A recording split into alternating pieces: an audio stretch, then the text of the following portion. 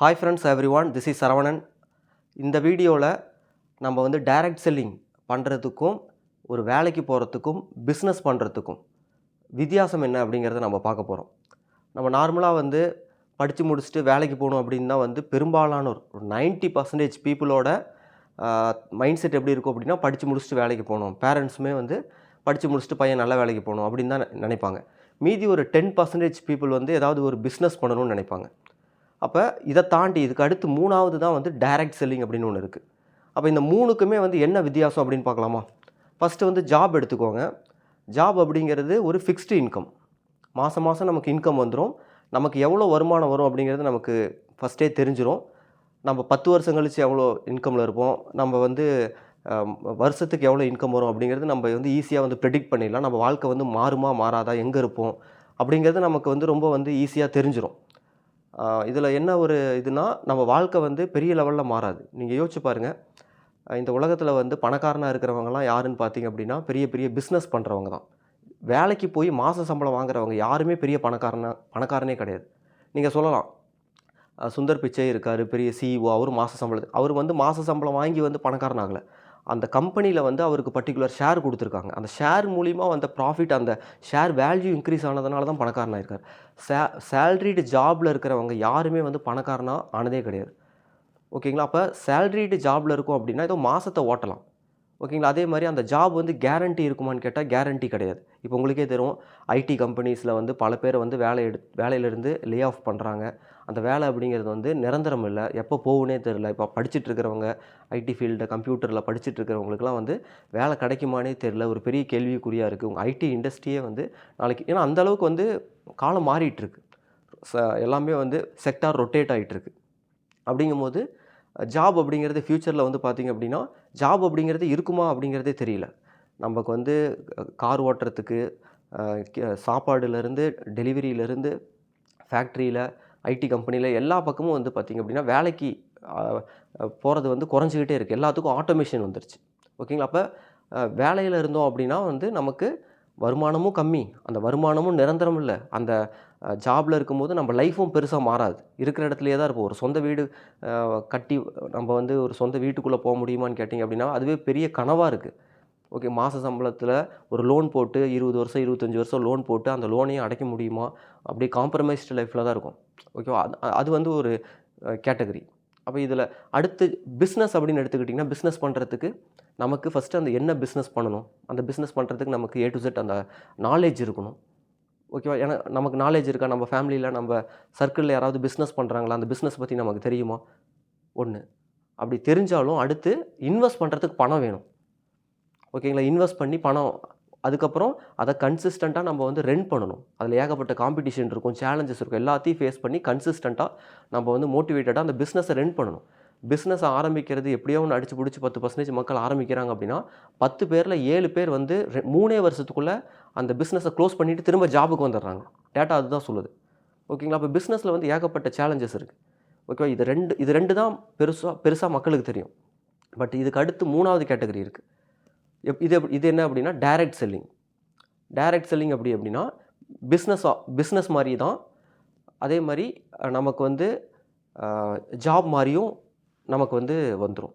இதை நான் என்னங்கிறது சொல்கிறேன் பாருங்கள். இப்போ வந்து டைரக்ட் செல்லிங் அப்படிங்கிறது நம்ம வீட்டுக்கு தேவையான நம்ம ப்ராடக்ட்ஸை வாங்குகிறோம். அதே மாதிரி நமக்கு தெரிஞ்சவங்க, நமக்கு சுற்றி இருக்கிறவங்களையும் இதே மாதிரி வந்து அவங்களையும் அவங்களுக்கு வீட்டுக்கு தேவையான ப்ராடக்ட்ஸை கடையை மாற்றி ஒரு இடத்துல வாங்க வைக்கிறோம்.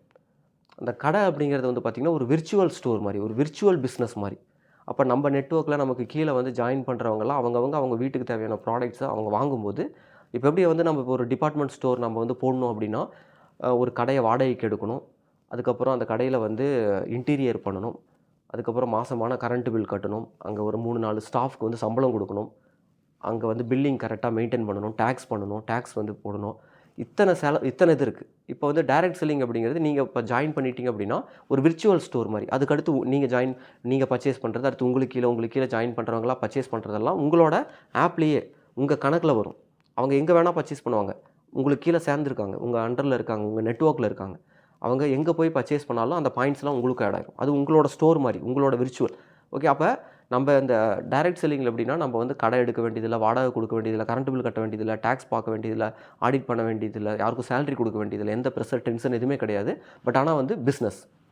ஓகேங்களா? இதில் எந்த ஒரு முதலீடும் கிடையாது. எந்த ஒரு அனுபவமும் தேவையில்ல.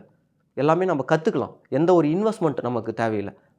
ஓகேங்களா? அப்போ ஜாப்ல இருந்தால் லைஃப் மாறாது, பெரிய வருமானம் இல்லை. பிஸ்னஸ் பண்ணணும் அப்படின்னா பெரிய முதலீடு வேணும், நாலேஜ் வேணும், காம்படிஷன்ஸ் இருக்குது, பெரிய சேலஞ்சஸ் இருக்குது. அப்போ இது நமக்கு பெரிய இன்கமும் வேணும், பட்டு பெரிய ரிஸ்க்கும் இருக்கக்கூடாது, சேலஞ்சஸும் இருக்கக்கூடாது. அப்போ இது எல்லாத்துக்கும் ஒரு ரீப்ளேஸ்மெண்ட் அப்படிங்கிறது தான் டைரக்ட் செல்லிங் அப்படின்னு சொல்லிட்டு. இந்த டைரக்ட் செல்லிங் அப்படிங்கிறது என்ன அப்படின்னா, இந்த பிஸ்னஸில் நீங்கள் ஜாயின் பண்ணி நீங்கள் ஒரு 3 மாதம் 6 மாதம் வந்து ஃபுல்லாக வந்து கற்றுக்குறீங்க, ட்ரை பண்ணுறீங்க, தடுமாறுறீங்க, ரிசல்ட் வருது, உங்களை சுற்றி இருக்கிறவங்களெல்லாம் இன்வைட் பண்ணுறீங்க, அவங்க சேர்றாங்க சேரல, டோன்ட் வரி. நீங்கள் தொடர்ந்து இந்த பிஸ்னஸை கற்றுக்குறீங்க. அதுக்கப்புறம் இந்த பிஸ்னஸில் படிப்படியாக வந்து வளர்றீங்க. என்ன லாஸ் இருக்குது? நம்ம வீட்டுக்கு தேவையான ப்ராடக்ட்ஸை வாங்குகிறோம், கன்சியூம் பண்ணுறோம். அதை தாண்டி வேறு எந்த ஒரு செலவும் பண்ண போகிறதில்ல. தொடர்ந்து பிஸ்னஸ்குள்ளே இருக்கும். நம்ம 24 மணி நேரம் டைம் இருக்குங்க. நீங்கள் பண்ணிகிட்டு இருக்கிற வேலையை பண்ணிகிட்டு இருக்கிறீங்க. இப்போ காலேஜ் ஸ்டூடெண்ட்ஸ் காலேஜுக்கு போயிட்டு மீதி இருக்கக்கூடிய நேரங்களில், ஃப்ரீ நேரங்களில் ஒரு 2 மணி நேரம் கொடுக்குறீங்க. வேலைக்கு போயிட்டு இருக்கிறீங்க, உங்கள் வேலையை கண்டினியூ பண்ணிக்கிட்டு ஒரு 2 மணி நேரம் கொடுக்குறீங்க. ஹவுஸ் ஒய்ஃப் வீட்டில் இருக்கிறவங்க உங்கள் வீட்டு வேலையெல்லாம் பார்த்துக்கிட்டு ஒரு 2 மணி நேரம் 3 மணி நேரம் நீங்கள் வந்து இந்த டைரக்ட் செல்லிங்காக ட்ரைனிங் மீட்டிங் அட்டன் பண்ணுறது, அப்புறமேட்டு இதை பற்றி லேர்ன் பண்ணுறது, கற்றுக்கிறது, இதை பற்றிலாம் வந்து திங்க் பண்ணுறதுக்கு அப்படியே நீங்கள் பண்ணிகிட்டு இருக்கிற வேலையை பண்ணிக்கிட்டே பண்ணலாம். ஓகே. அது மாதிரி எனக்கு தெரிஞ்சு பல பேர் இந்த டைரக்ட் செல்லிங்கில் பெரிய லெவலில் இன்கம் எடுத்துகிட்டு இருக்காங்க.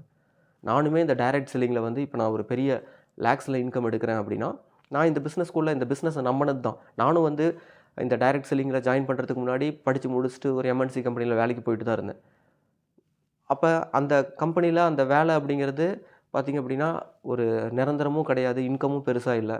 அப்போ நான் வந்து என் லைஃப்பில் ஒரு நல்ல ஒரு வருமானம் பண்ணணும் அப்படின்னு சொல்லிட்டு தேடும்போது, வேலையில் நான் பண்ணிகிட்ருக்கிற அந்த இண்டஸ்ட்ரியில், அந்த ஐடி கம்பெனியில் நான் வேறு எந்த கம்பெனிக்கு போனாலும் எனக்கு இவ்வளோ தான் இன்கம் வரும், இதுக்கு மேலே வராது அப்படின்னு எனக்கு தெரிஞ்சிருச்சு. அப்போ என் லைஃபே இவ்வளோ தான், இந்த மாதிரி ஒரு சர்க்கிள்குள்ளே தான் இருக்கும், இப்படி தான் இருக்கும் அப்படின்னு தான் எனக்கு வந்து கண்ணுக்கு தெரிஞ்சிச்சு. அப்போ இதிலேருந்து வெளியே வரணும்னா வேறு என்ன பண்ண முடியும்? நம்மளால் பிஸ்னஸ் எதுவுமே பண்ண முடியாது, என்ன பண்ண முடியும் மனசுக்குள்ளே ஒரு தேடுதல் இருந்துக்கிட்டே இருந்தது.